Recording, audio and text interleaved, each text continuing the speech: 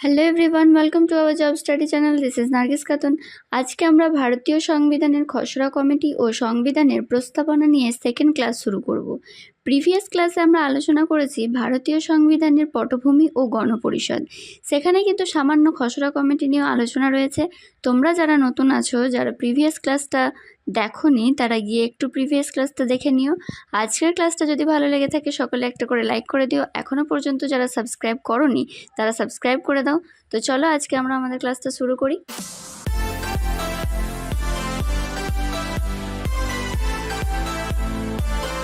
দেখো, প্রথমে আমরা দেখে নেব আমাদের প্রথম প্রশ্ন কি আছে। দেখো, ভারতের সংবিধানের খসড়া কমিটি কবে গঠিত হয়? ভারতের সংবিধানের খসড়া কমিটি কবে গঠিত হয়? রাইট অ্যান্সার হবে 1947 সালের 29 আগস্ট। খসড়া কমিটি কি একটু আলোচনা করে দেখে নিই, চলো। দেখো, খসড়া কমিটি বা ড্রাফটিং কমিটি হলো সেই কমিটি যার উপর দায়িত্ব ছিল সংবিধানের চূড়ান্ত রূপ দেওয়া। অর্থাৎ সংবিধান রচনার পূর্বে যে খসড়া কমিটি রচিত হয়েছিল তাদের দায়িত্ব ছিল সংবিধানের চূড়ান্ত রূপ দেওয়া, আর এটাই হলো খসড়া কমিটি বা ড্রাফটিং কমিটি। নেক্সট দেখো, 29 আগস্ট 1947 সালে খসড়া কমিটি প্রতিষ্ঠিত হয়। খসড়া কমিটিতে 7 জন সদস্য ছিলেন। এখান থেকে কিন্তু এমসিকিউ চলে আসে, তোমরা এগুলো একটু নোট করে রাখো, একটু ভালো করে মনে রাখবে যে খসড়া কমিটির সদস্য সংখ্যা ছিল 7 জন। Doctor B.R.. আম্বেদকর ছিলেন খসড়া কমিটির চেয়ারম্যান বা সভাপতি। আরও যারা এই কমিটির সদস্য ছিলেন তাদের কয়েকজনের নাম কিন্তু মনে রাখতে হবে। দেখো, যেমন কে.এম. মুন্সি, সৈয়দ মোহাম্মদ সাইদুল্লাহ, আল্লাদি কৃষ্ণস্বামী, এম গোপালস্বামী, ডিপি খৈতান এবং বি.এল. মিত্র। এই কটা নাম কিন্তু একটু মনে রাখার চেষ্টা করবে। আরও যারা সদস্য ছিলেন তাদের মধ্যে এই নামগুলো, ঠিক আছে? চলো নেক্সট দেখি। ভারতীয় সংবিধানের গণপরিষদ দ্বারা গঠিত খসড়া কমিটির প্রধান কে ছিলেন? এখনই আলোচনা করলাম যে ভারতীয় সংবিধানের খসড়া কমিটির চেয়ারম্যান বা সভাপতি কে ছিলেন বা প্রধান কে ছিলেন, তাহলে এখানে রাইট অ্যান্সার কী হবে? রাইট অ্যান্সার হয়ে যাবে ডক্টর বি.আর. আম্বেদকর। নেক্সট, ভারতীয় সংবিধানের গণপরিষদ দ্বারা গঠিত খসড়া কমিটির কতজন সদস্য ছিলেন? রাইট অ্যান্সার হবে 7 জন। নেক্সট, ভারতীয় সংবিধানের প্রস্তাবনার জনক কাকে বলা হয়? দেখো, কোশ্চেনটা কিন্তু খুব ইম্পর্টেন্ট কোশ্চেন এবং কনফিউজিং কেন বলছি? কারণ ভারতীয় সংবিধানের জনক কাকে বলা হয় আর ভারতীয় সংবিধানের প্রস্তাবনার জনক কাকে বলা হয়, এই দুটো কোশ্চেন কিন্তু সম্পূর্ণ আলাদা। দুটো কোশ্চেনের অ্যান্সারও কিন্তু সম্পূর্ণ আলাদা, তাই এটা খুব ভালো করে মনে রাখবে। ভারতীয় সংবিধানের প্রস্তাবনার জনক কাকে বলা হয়, তাহলে এর রাইট অ্যান্সার হয়ে যাবে পণ্ডিত জওহরলাল নেহরু। আর দেখো, ভারতীয় সংবিধানের জনক বলা হয় ডক্টর বি.আর. আম্বেদকরকে, আর ভারতীয় সংবিধানের প্রস্তাবনার জনক বলা হয় পণ্ডিত জওহরলাল নেহরুকে। এটা খুব ভালো করে মনে রাখবে। চলো নেক্সট, ভারতীয় সংবিধানের প্রস্তাবনা। ভারতীয় সংবিধানের প্রস্তাবনা জিনিসটা কি, চলো একটু আলোচনা করে দেখে নিই। দেখো, ভারতের সংবিধানের প্রস্তাবনা হলো সংবিধানের মুখবন্ধ বা ভূমিকা।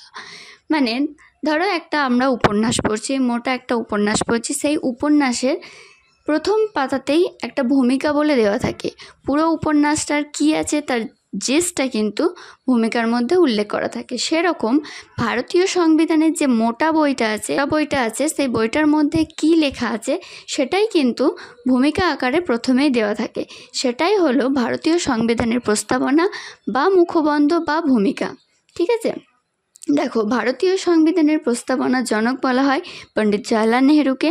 1946 সালে 26 নভেম্বর তিনি গণপরিষদে ভারতের সংবিধানের উদ্দেশ্যে যে প্রস্তাবনা উল্লেখ করেছিলেন তারই পরবর্তীত রূপ হলো ভারতের সংবিধানের প্রস্তাবনা। কেমন?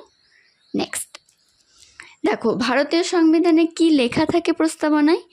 আমরা ভারতের জনগণ ভারতকে সার্বভৌম সমাজতান্ত্রিক ধর্মনিরপেক্ষ গণতান্ত্রিক সাধারণতন্ত্র রূপে গড়ে তুলতে এবং তার সকল নাগরিকই যাতে সামাজিক, অর্থনৈতিক ও রাজনৈতিক ন্যায় বিচার, চিন্তা, মতপ্রকাশ, বিশ্বাস, ধর্ম এবং উপাসনার স্বাধীনতা, সামাজিক প্রতিষ্ঠা অর্জন ও সুযোগের সমতা প্রতিষ্ঠা এবং তাদের সকলের মধ্যে ব্যক্তির মর্যাদা এবং জাতীয় ঐক্য ও সংহতি সুনিশ্চিতকরণের মাধ্যমে তাদের মধ্যে যাতে ভ্রাতৃত্বের ভাব গড়ে ওঠে, তার জন্য সত্যনিষ্ঠার সঙ্গে শপথ গ্রহণ করে আমাদের গণপরিষদে আজ 1949 সালের 26 নভেম্বর এত দ্বারা এই সংবিধান গ্রহণ বিধিবদ্ধ এবং নিজেদের অর্পণ করছি। ভারতীয় সংবিধানের প্রস্তাবনায় এটাই লেখা থাকে।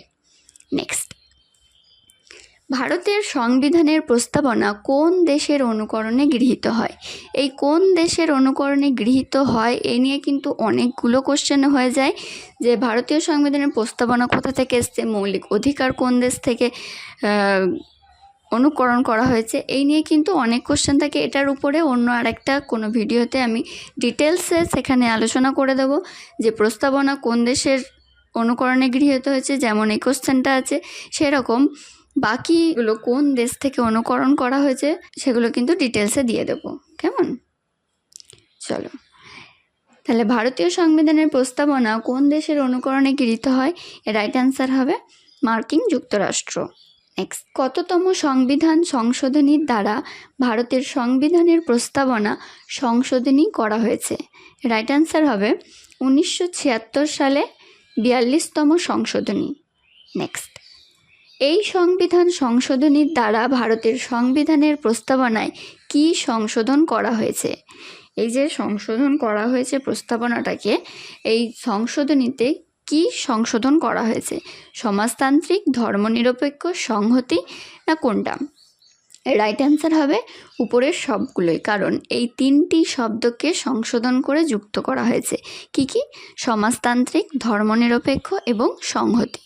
নেক্সট, এখনো পর্যন্ত ভারতের সংবিধানের প্রস্তাবনা মোট কতবার সংশোধন করা হয়েছে? এই যে ভারতের সংবিধানের প্রস্তাবনাটা সংশোধন করা হয়েছে, এটা কতবার সংশোধন করা হয়েছে? রাইট অ্যান্সার হবে একবারই। নেক্সট, ভারতের সংবিধানের প্রস্তাবনাকে সংবিধানের আইডেন্টিটি কার্ড বলে কে অভিহিত করেছেন? খুব ইম্পর্টেন্ট কোশ্চেন।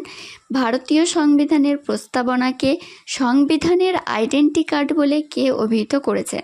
রাইট অ্যান্সার হবে এন পালকিওয়ালা। নেক্সট, ভারতের সংবিধানের প্রস্তাবনা যখন সংশোধন করা হয় তখন ভারতের প্রধানমন্ত্রী কে ছিলেন? রাইট অ্যান্সার হবে ইন্দিরা গান্ধী। নেক্সট, সংবিধানের প্রস্তাবনাকে সোল অফ দ্য কনস্টিটিউশন কে বলেছেন? রাইট অ্যান্সার হবে ঠাকুরদাস ভার্গব। নেক্সট, কে মন্তব্য করেছিলেন যে প্রস্তাবনা হলো সংবিধানের প্রবেশের চাবিকাঠি? রাইট অ্যান্সার হবে এর্নেস্ট বার্গার। এই কোশ্চেনগুলো কিন্তু খুব ইম্পর্ট্যান্ট কোশ্চেনগুলো কিন্তু এক্সামে এসে থাকে, তো তোমরা এই কোশ্চেনগুলো কে কি মন্তব্য করেছেন প্রস্তাবনা নিয়ে এগুলো কিন্তু খুব ভালো করে মনে রাখার চেষ্টা করবে। Next, political horoscope of Indian constitution কে এই মন্তব্য করেছিলেন? রাইট অ্যান্সার হবে কে এম মুন্সি। নেক্সট, কোন মামলায় সুপ্রিম কোর্ট রায় দেয় প্রস্তাবনা হলো ভারতের সংবিধানের একটি অবিচ্ছেদ্য অংশ?